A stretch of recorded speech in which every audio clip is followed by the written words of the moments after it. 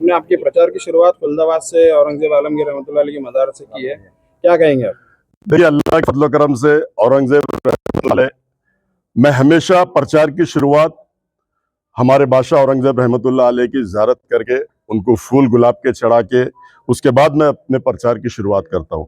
और आज मैंने औरंगजेब रहमतुल्लाह अलैह की ज़ियारत किया। हमारे साथ हमारे प्रवक्ता तैयब, हमारे मामा मुजीब, काशिफ, गफ्फार, जुनैद, तमाम लोग, हम यहाँ पर पूरी टीम आज औरंगजेब रहमतुल्लाह अलैह की ज़ियारत करने के लिए आए।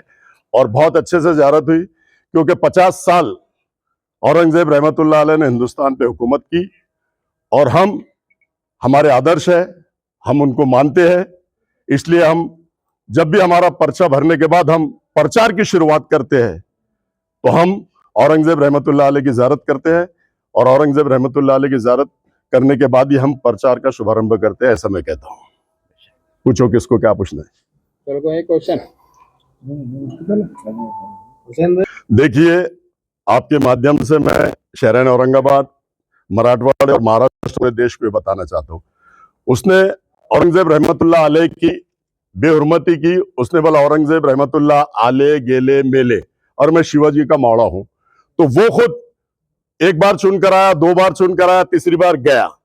तो जो औरंगजेब रहमतुल्लाह अलैह के बारे में ऐसी भाषा का वापर करेगा और ऐसी भाषा बोलेगा, तो वो भी आया गया और खत्म हो गया, समझ के चलो। अब उसका यहां से क्लोज है। औरंगजेब रहमतुल्लाह अलैह के बारे में कोई बात अगर इस तरह की करता है, तो अल्लाह ताला उसको बताने वाला है। उसको इतना गुरूर, इतना घमंड, इतना अहंकार, इतना सत्ता में, इतना उसके सर पे जुनून चढ़ गया था, और किसी को कुछ समझता नहीं था। लेकिन अल्लाह ताला ने उसकी जगह बता दिया। कौम और मिल्लत में एक ऐसी चीज है जो सर पे लेके नाचती है तो पैरे तोले रोंगती है, और इसको पैरे तोले खासदार में रोंग दिया है।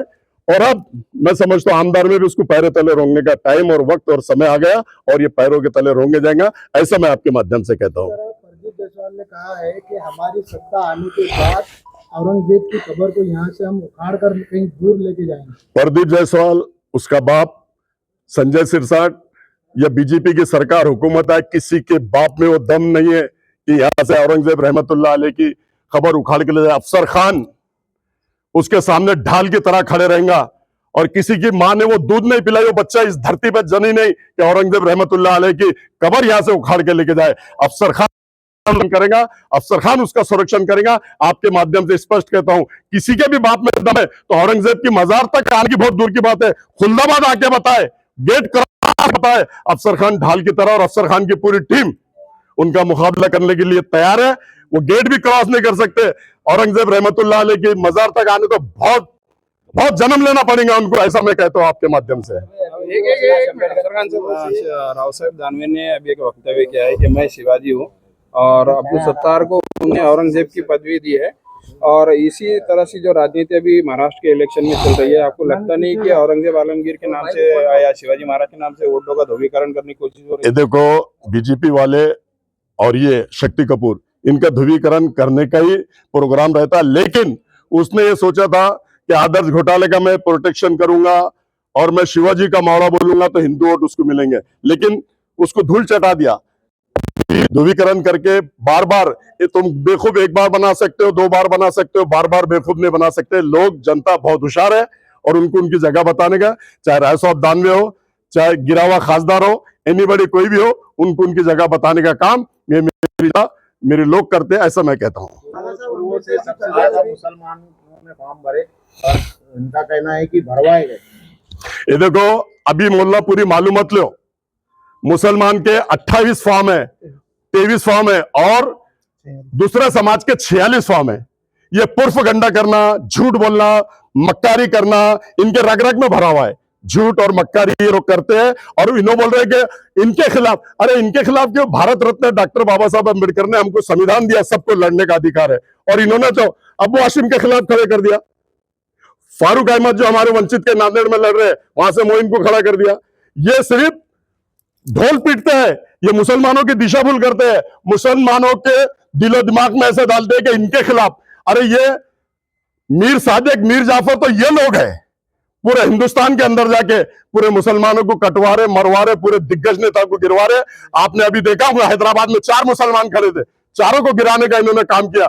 मोहम्मद अजहरुद्दीन जो वर्ल्ड चैंपियन प्लेयर है, जो 10 साल से उप मुख्यमंत्री था वहां पे शब्बीर अली, ऐसे चारों मुसलमानों को इन्होंने काम किया। और इनका भौने ही जो राजा सिंह चिल्ला चिल्ला के बोलता कि मैं छोटे का और बड़े का भौने हूं, उसके सामने कैंडिडेट नहीं दिया, कितनी शर्म की बात है। थू, ऐसी राजनीति पे थूकता हूं मैं। और जो खड़ा रहना चाह रहा था उसके अपोज में, उसको टिकट नहीं दिया गया। तो इनकी मिलीभगत सेना और बीजेपी से कैसी रहती है, पूरे देश देख रहा है, पूरा हिंदुस्तान देख रहा हूं। ऐसा मैं कहता हूं आपके माध्यम से। देखो, प्रकाश अंबेडकर एक ऐसा नेता है जो सब समाज के लिए बात करता है। हमारे हुजूर के सामने बार बार गुस्ताखी हो रही थी, उसके लिए एक बिल उन्होंने डाला था विधानसभा में, लेकिन वो बिल पास हुआ नहीं। और आज उनकी जो एंजियोप्लास्टी हुई उसके लिए हमने जरजरी बख्श दुल्हा में दुआ की। यहाँ भी हम उनकी दुआ करते हैं कि अल्लाह ताला उनको जल्द से जल्द सेहत दे और वो जल्द से जल्द अच्छे होके जो गोर गरीब लोग हैं, एसटी एससी ओबीसी, उनके लिए लड़ाई लड़ रहे हैं, तो अल्लाह ताला उनको जल्दी सेहत देके आने वाले समय में बहुत जल्दी वो बाहर आएंगे और फिर सबको न्याय देने का काम करेंगे, ऐसा मैं कहता हूँ। फोटो वायरल हो रहे मुख्यमंत्री के साथ में, उप मुख्यमंत्री के साथ में, तो क्या बोलना चाहेंगे? ये देखो, मुख्यमंत्री उप मुख्यमंत्री प्राइम मिनिस्टर वो भारत रत्न डॉक्टर बाबा साहब अम्बेडकर, भारत रत्न उनके साथ में मिल रहे डॉक्टर भारत रत्न डॉक्टर बाबा साहब अम्बेडकर के पोते हैं। उनसे भी मिलने के लिए सब आते थे और इनसे भी मिलने के लिए आते, क्योंकि महाराष्ट्र में और पूरे देश में एक नाम है, बाबा साहब अम्बेडकर, प्रकाश साहब अम्बेडकर का एक नाम है। उनसे मिलने के लिए मुख्यमंत्री भी आता, उप मुख्यमंत्री भी आता, उनका एक नाम है, उनका एक वर्चस्व है महाराष्ट्र में और पूरे देश में। तो जातिवाद जो करता है वो करता है, लेकिन आपने देखा होगा अभी एससी एसटी ओबीसी सब समाज के लिए बात कर रहे हैं। अली जनाब प्रकाश अंबेडकर साहब की तबीयत गुज़िश्ता 2 दिनों से अचानक नासाज हुई, जिसकी वजह से आपको पूना में एडमिट किया गया, एंजियोग्राफी की गई, एंजियोप्लास्टी की गई। और उसी सिलसिले में औरंगाबाद पूर्व मतदार संघ के अधिकृत उम्मीदवार अली जनाब अफसर खान साहब ने अपने पूरे साथियों के साथ आज खुल्दाबाद शरीफ में मदीनतुल औलिया जिसको कहा जाता है हाजिरी दी। जरजरी जरबख्श की मज़ार पर चादर चढ़वाई और आदरणीय बाड़ा साहब की सेहत याबी के लिए दुआ की। उसी सिलसिले में आज हम तमाम लोग खुल्दाबाद शरीफ में मौजूद हैं। आने वाले दिनों में चुनाव है और चुनाव से पहले इस तरह से नेता की तबीयत खराब होना, यह इस महाराष्ट्र के एससी एसटी ओबीसी आदिवासी और गरीब समाज जो है वो कहीं ना कहीं गम में डूबा हुआ है कि अगर हमारे नेता को कुछ हो जाता है तो हमारा देखने वाला कौन होगा। लेकिन अल्लाह का एहसान है, अली जनाब प्रकाश अंबेडकर साहब की सेहत सुधर रही है और आप बहुत जल्द रिकवर हो रहे हैं। चंद दिनों के अंदर आपको आदरणीय औरंगजेब आलमगीर रहमतुल्लाह अलैह की है। आपकी ख्वाहिश थी कि मेरी मज़ार कच्ची रखना, मिट्टी की मज़ार बनाना, उसके ऊपर जो झाड़ है सब्ज़े का लगाना, इसके ऊपर कोई गुम्बज नहीं बनाना, खुला रखना, सफ़ेद सादा चादर डालना, जैसा मामूली गरीबों की मज़ारें होती है वैसे मेरी मज़ार बनाना, कोई अमीरों की तरह रंगीन जरी या मखमल का कोई कलर वाला चादर इसके ऊपर नहीं चढ़ाना। इनकी आखिरी ख्वाहिश ये थी कि मेरी मज़ार जो है सिर्फ 14 रुपया 12 में बनाना, क्योंकि उस ज़माने के अंदर आप पूरे हिंदुस्तान के शहंशाह रहने के बाद ये अपना से टोपियाँ सीते थे, कुरान शरीफ की नकल करते थे।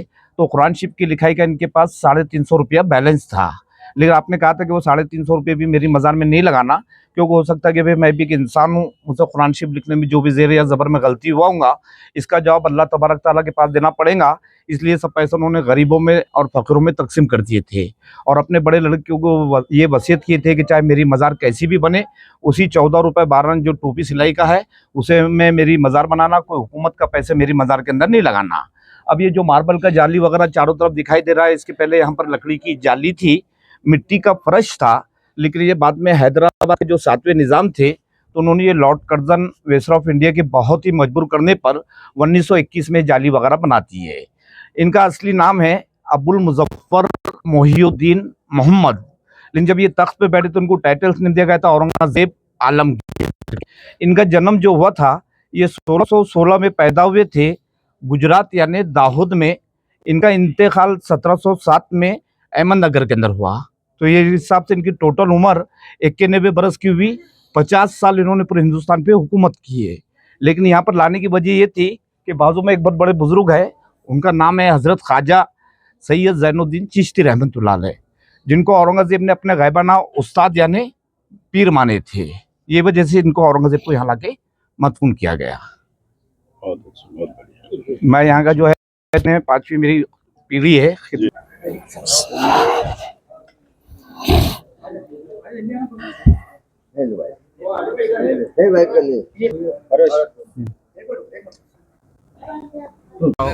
जी आओ।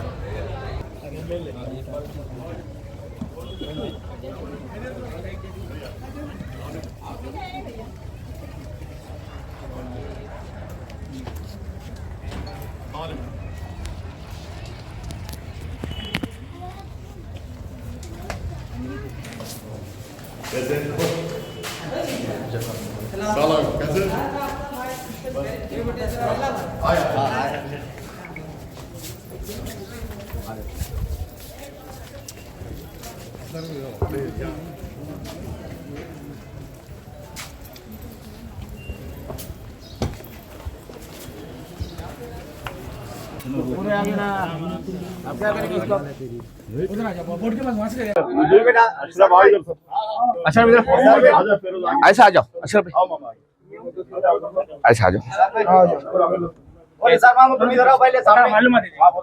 हाँ अशरफ तुम भी आ जाओ। पहले फूल चढ़ा दो आप, पहले फूल चढ़ा दीजिए। फूल चढ़ा दो। जी जी पहले फूल चढ़ा दो।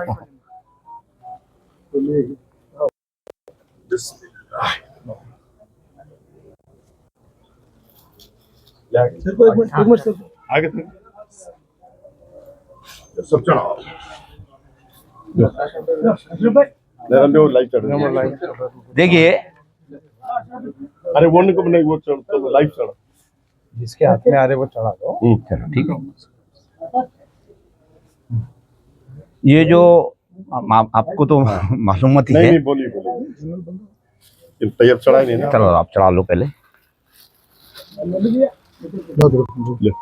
एक बार फुल बता थोड़ा। डाल दो सब। हाँ हाँ हाँ फुल चढ़ाते